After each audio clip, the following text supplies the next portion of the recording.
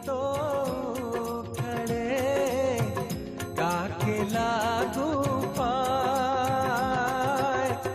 बलिहारी गुरु आपने गोविंद दियो बताए। गुरु पूर्णिमा यानी गुरु का दिन, गुरु की आराधना का दिन, गुरु की पूजा का दिन।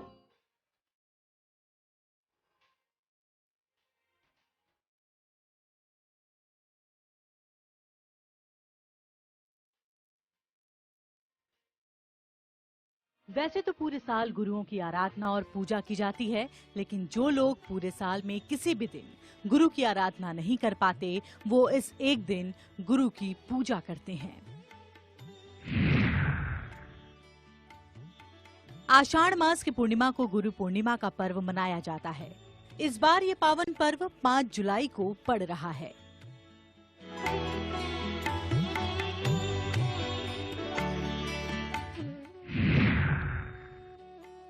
गुरु पूर्णिमा की पावन तिथि 5 जुलाई है और ये 4 जुलाई 2020 को सुबह 11:33 से शुरू होकर 5 जुलाई को सुबह 10:13 पर समाप्त होगा। गुरु पूर्णिमा के दिन गुरुओं की पूजा करने का विशेष महत्व है। मान्यता है कि इस दिन तमाम ग्रंथों की रचना करने वाले महर्षि वेद व्यास का जन्म हुआ था। तभी से उनके सम्मान में आषाढ़ मास की पूर्णिमा को गुरु पूर्णिमा के रूप में माना जाता है। इस दिन केवल गुरु ही नहीं बल्कि घर में अपने बड़ों जैसे माता, पिता, भाई बहन का भी आशीर्वाद लिया जाता है।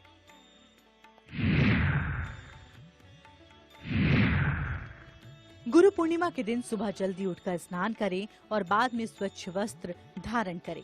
इस बार घर के मंदिर में किसी चौकी पर सफेद कपड़ा बिछाकर उस पे 12-12 रेखाएं बनाकर व्यास पीठ बनाएं। इसके बाद गुरु मंत्र का जाप करें।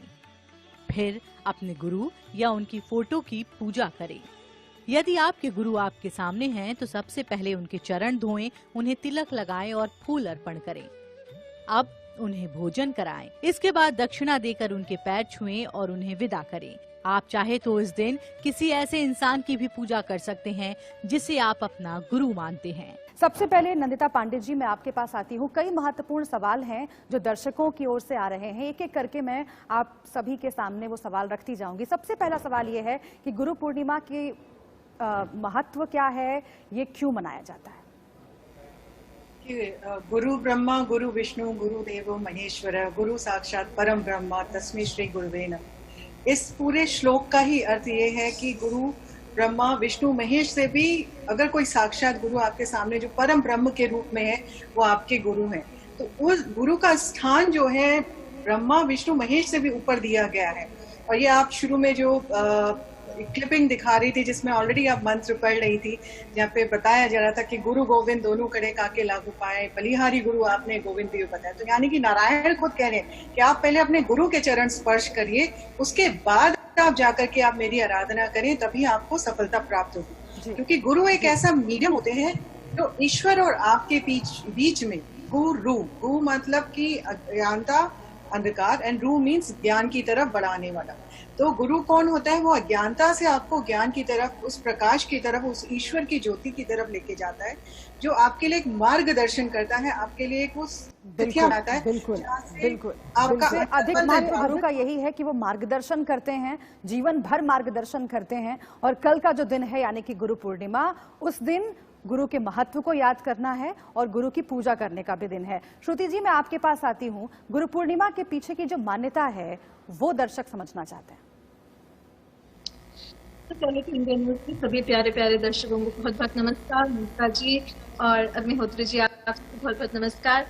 अखंड मंडलाकारम व्याप्तम येन चराचरम तत्दर्शितम तस्मै श्री गुरुवे नमः। ये गुरु जी का है। स्वामी जी महाराज या जो आपके गुरु हैं उनको अखंड मंडलाकारम बोला जाता है कि ये सारे अखंड मंडल जो है वो गुरु माने जाते हैं। उसका पूरा जो है भार उनके ऊपर होता है। गुरु की महिमा क्या होती है? देखिए, गुरु वो होता है जो ना केवल इस जन्म का लेकिन इससे पूर्व के भी और आने वाले जन्म के भी कर्मों के, उनके संस्कारों को एक पूरा संरक्षण देता है, एक पूरी दिशा देता है। और ये गुरु पूर्णिमा इसलिए खास मानी जाती है कि एक पूर्णिमा, एक पूर्णमासी, एक ये जो आपका समर सोल्स्टिस के बाद जो पूर्णिमा पड़ी, ये एक आधा साल पूरा होने के बाद आपको एक रिवीजन लेना है कि आपके जीवन में आप किस मार्गदर्शन में चल रहे हैं, किस गाइडेंस में। ये गाइडेंस आपकी स्पिरिचुअल लाइफ में हो सकता है, आपकी इमोशनल लाइफ में हो सकता है, आपकी मेंटल वेलफेयर, फाइनेंशियल, क्योंकि देखिए हम सब भूमि पे वास करते हैं और हर प्रकार के नियम हम पर लागू होते हैं। इन सब नियमों के परे गुरु होते हैं। गुरु वो होता है जो आपको अनकंडीशनली आपकी मुसीबतों से उठा के, जैसे अगर कोई व्यक्ति डूब रहा होता है ना, तो जैसे उसको उठा के एक ऐसे स्थान पर रख दिया जाए जहां पर वो एकदम साफ, एकदम सुरक्षित ऐसे स्थान पर रहा जाए, वह गुरु होता है। तो ये गुरु पूर्णिमा पर हम साल भर में अपने गुरु द्वारा दी हुई कृपा को एक ग्रैटिट्यूड के फॉर्म में थैंक करते हैं और एक ऐसे फॉर्म में उनकी पूजा करते हैं कि आने वाले समय में भी उनकी कृपा हमारे जीवन में बनी रहे। इसलिए अलग अलग भ्रांतियों से, अलग अलग तरीकों से, अलग अलग स्तोत्रों से उनका वर्णन किया जाता है, अलग अलग तरीकों से उनकी पूजा करी जाती है। जैसे मैंने शुरू में श्लोक में बोला था, अखंड मंडलाकारम व्याप्तम येन चराचरण तत्पदम दर्शितम तेन तस्मै श्री गुरुवे नमः। यानी कि पूरे अखंड मंडलाकार में जो कि सारे चर अचर में व्याप्त है, ऐसे गुरु वो होना चाहिए जिसकी स्तम दृष्टि हो, दृष्टि बदले ना कि दान कितना मिला, उसकी दृष्टि बदले ना कि किसी ने मेरे लिए कितना प्रेम भाव रखा, उसकी दृष्टि सम हो। ऐसे गुरु को नमन करने के लिए ये गुरु समझना, गुरु परंपरा समझना और गुरु का महत्व ठीक है, और अच्छा गुरु परंपरा को समझना बहुत जरूरी है। और अगर गुरु परंपरा को सही तरीके से समझा जाएगा तभी गुरु पूर्णिमा के दिन सही तरह से पूजा पाठ भी किया जा सकता है और उसे सही तरह मनाया भी जा सकता है। संजीव जी का हम रुख कर लेते हैं। संजीव अग्निहोत्री जी हमारे साथ जुड़े हुए हैं। संजीव जी, कैसे मनाया जाए गुरु पूर्णिमा, ये दर्शकों का सवाल है, और पूजा विधि क्या हो?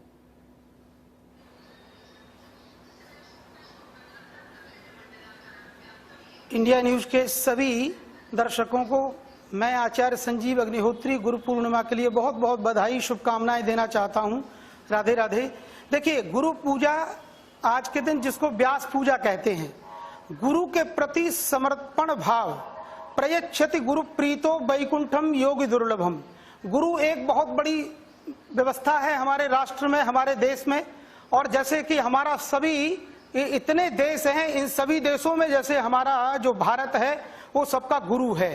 तो गु माने अंधकार, गुरु शब्द का अर्थ बहुत बढ़िया है। गु माने अंधकार और रू माने प्रकाश।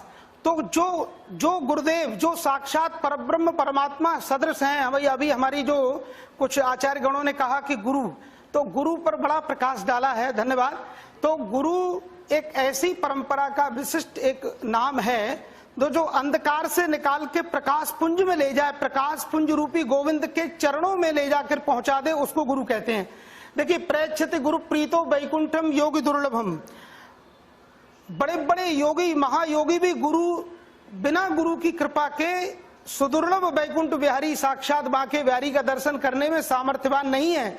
लेकिन यदि गुरु मेहरबान हो जाए या गुरु की कृपा हो जाए तो सुदुर्लभ वैकुंठ नाथ जो विष्णु भगवान है वो गुरु की कृपा से शीघ्र प्राप्त कर लेता है शिष्य। क्योंकि गुरु मेहरबान तो चेला पहलवान, एक साधारण कहावत है। तो गुरु एक बहुत बड़ी व्यवस्था है और गुरु की पूजा, और ये गुरु माने आज के दिन गुरु का हम सब आभार व्यक्त करें, क्योंकि उन गुरुदेव भगवान की महती कृपा से आज हम कुछ बोलने में सामर्थ्यवान हुए हैं। ये भगवान गुरुदेव की महती कृपा है। मैं वृंदावन से आचार्य धर्म संघ विद्यालय से धर्म संघ के आचार्य श्री राजवंशी द्विवेदी जी महाराज जी की महती कृपा से आज कुछ बोलने में आपके चैनल इंडिया न्यूज पर कुछ सामर्थ्यवान हो गया हूं। तो ये उनके गुरु की महती कृपा है, हमारा अपना कोई प्रभाव नहीं है। तो आज गुरु की पूजा का दिन है, गुरु का आज पूजन का महत्व है। तो गुरु की पूजा विशिष्ट केसर युक्त चंदन से करें, दिव्य पीले पुष्पों से करें और गुरु को साष्टांग दंडवत प्रणाम करें। प्रणम्य दंडवत भूमौ, प्रणाम करने के कई एक क्रम हैं, लेकिन लेट करके गुरु के चरणों में साष्टांग दंडवत करना। और साष्टांग दंडवत का मतलब यह कि समर्पणम, सम्यक रूपेण अर्पणम स समर्पणम, जो अपने गुरुदेव के या अपने बिहारी जी के चरणों में साक्षात समर्पण कर देता है कि प्रभु अहम तवास्मि, हम आपके हैं, आप हम पर कृपा करिए। ऐसा गुरु का महत्व, ऐसे गुरु से हम लोग आज के दिन गुरु का आभार व्यक्त करते हैं कि गुरुदेव आपकी कृपा से आज हमको ये सब कुछ प्राप्त हुआ। ये बिना गुरु की कृपा के कुछ भी सुलभ नहीं है, सब कुछ दुर्लभ है। जी जी ठीक है श्रुति जी, मैं फिर से एक बार आपके पास आती हूँ और पूजा विधि को लेकर दर्शकों की जिज्ञासा है और क्या सावधानियां बरतनी चाहिए पूजा के दरमियान। देखिए, सब ये जानना जरूरी है कि आप किस गुरु परंपरा से हैं, आप किस को गुरु मानते हैं, और यदि आपकी गुरु दीक्षा हुई है तो आप उस परंपरा को फॉलो करेंगे। लेकिन यदि आपकी गुरु दीक्षा नहीं हुई है तो जगत गुरु, देखिए कृष्णम वंदे जगत गुरु कहा जाता है। तो कई लोग जो वैष्णव प्रांत के होते हैं वो कृष्ण को जगत गुरु मानते हैं, कई शैव प्रांत के होते हैं तो शिव को जगत गुरु मानते हैं। तो अलग अलग तरीके से आप जिनको गुरु मानते हैं उनको सबसे पहले तो प्रणाम करना। पूजा विधि में सबसे इम्पोर्टेंट सामग्री नहीं होती है, पूजा विधि में सबसे इम्पोर्टेंट होता है भक्ति भाव, श्रद्धा और निष्ठा, ये चीज। तो यदि आपके अंदर ये सब है तो बहुत अच्छे से आप पूजा कर पाएंगे। अभी लॉकडाउन और अनलॉकडाउन की फेज में हमारा देश अलग अलग प्रांतों से, अलग अलग जगहों से इन फेजेस से निकल रहा है। तो ऐसी सिचुएशन में जो आपके पास सामग्री अवेलेबल हो, आप अपने गुरु पादुका जरूर स्थापित करें। पादुका यानी कि चरण पादुका रखते हैं, यदि आपकी ये स्थापित नहीं है तो इसमें कोई परेशान होने की बात नहीं है, मानसिक रूप से स्थापना भी की जा सकती है। उसका चरणाभिषेक कराएं। चरणाभिषेक में आप जल में मिश्री और केसर जरूर प्रयुक्त करें। चरणाभिषेक में आप पंचामृत से भी करा सकते हैं। इसके बाद चरणों को रखें और गुरु वंदना जरूर करें। गुरु वंदना हर परंपरा में अलग अलग होती है, लेकिन प्रायः एक ही होती है। तो वो जो एक कॉमन पूजा होती है, जो गुरु स्त्रोत होता है, उसका कर सकते हैं। जैसे मैं पीठ से दीक्षित हूँ तो हमारे में अष्टकम होता है, गुरु अष्टकम या स्वामी अष्टकम होता है या अष्टोत्तर स्तोत्र होता है। इनमें से कुछ न कुछ आप पढ़ें जरूर, मतलब भक्ति भाव होना चाहिए। कोई मंत्र यदि आप करना चाहें तो गुम गुरुवे नमः मंत्र का जप कर सकते हैं। गुम गुरुवे नमः मंत्र आप तुलसी की माला या हल्दी की माला पे कर सकते हैं। गुरु पूर्णिमा पर सफेद वस्त्र या पीले वस्त्रों का अधिक महत्व होता है, क्योंकि ये एक कलर एनर्जी होती है, ये और एक एनर्जी फील्ड आपकी स्ट्रॉन्ग करती है। बहुत महत्वपूर्ण जानकारी आपने दर्शकों को दी श्रुति जी। नंदिता जी का मैं जल्दी से रुख कर लेती हूँ। सवाल ये भी है कि पूजा पाठ के जितना ही दान दक्षिणा का भी महत्व होता है, गुरु पूर्णिमा के दिन क्या दान किया जाए? ऐसी चीज त्याग दें आज के दिन जो आपकी सबसे प्रिय हो। मान लीजिए आपको भोजन में चावल की आदत है तो उस दिन के लिए आपने चावल त्याग दिया, आपने अच्छे से बाकी जो आप आहार है वो किया। आपसे जो बने पुष्प बने चढ़ाएं। पीले पुष्पों का सबसे ज्यादा महत्व होता है, वो चढ़ाएं। नहीं बनता है, मैं हमेशा कहती हूँ मानसिक पूजा सबसे ज्यादा स्ट्रांग होती है, क्योंकि जब हम सामग्री इकट्ठी करके चढ़ाते हैं ना तो हमारे अंदर ये मैं आ जाता है कि मैं ये सामग्री लाए और ये मैंने चढ़ाया, जबकि जो उसका है हम उसी को चढ़ा रहे हैं। तो ये एक डिफरेंस इन ओपिनियन होता है। ये मेरा मानना है कि सब कुछ तो संसार गुरु का ही है। गुरु कृपा के बगैर आपको गोविंद नहीं मिलते, गुरु कृपा के बगैर आपको। आचार्य जी, सवाल ये है कि कल चंद्र ग्रहण भी लगने वाला है, इस चंद्र ग्रहण का भारत पर क्या प्रभाव होगा?